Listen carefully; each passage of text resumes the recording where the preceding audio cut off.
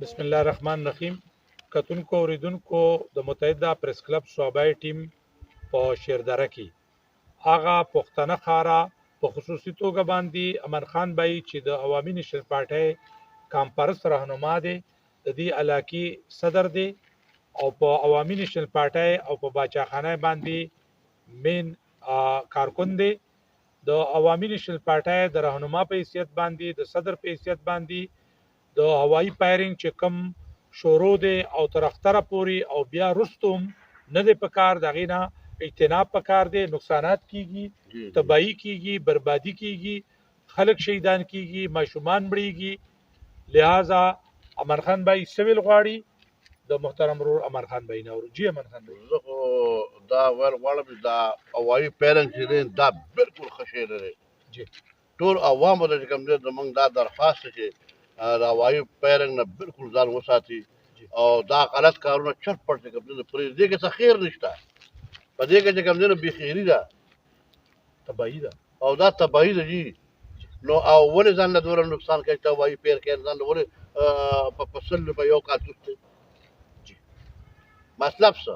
جی که تا ډاډه کړو چې ګډه ځونه کړو چې جی ورا زمونږ تاسو دا کلک اتفاق ته جی ان شاء الله تعالی چې موږ به هوایي پیر دا کوم بالکل جی بالکل تو هوایي فایرینګ دا اجتناب کوي هوایي فایرینګ تباہی دی هوایي فایرینګ د جانونو زیاده ټول قام ته ټول پښتنو ته پښتونخوا ته لر او بر پښتنو ته امن خان بای په ډیر ښکلي انداز کې بیماروم دی خو د زړه کې یو درد لري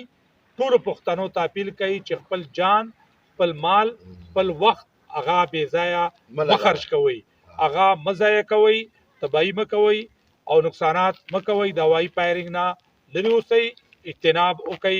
ځکه چې دا تباہي ده بربادي ده او دا په علاقه کې خرابي راولي او بربادي راولي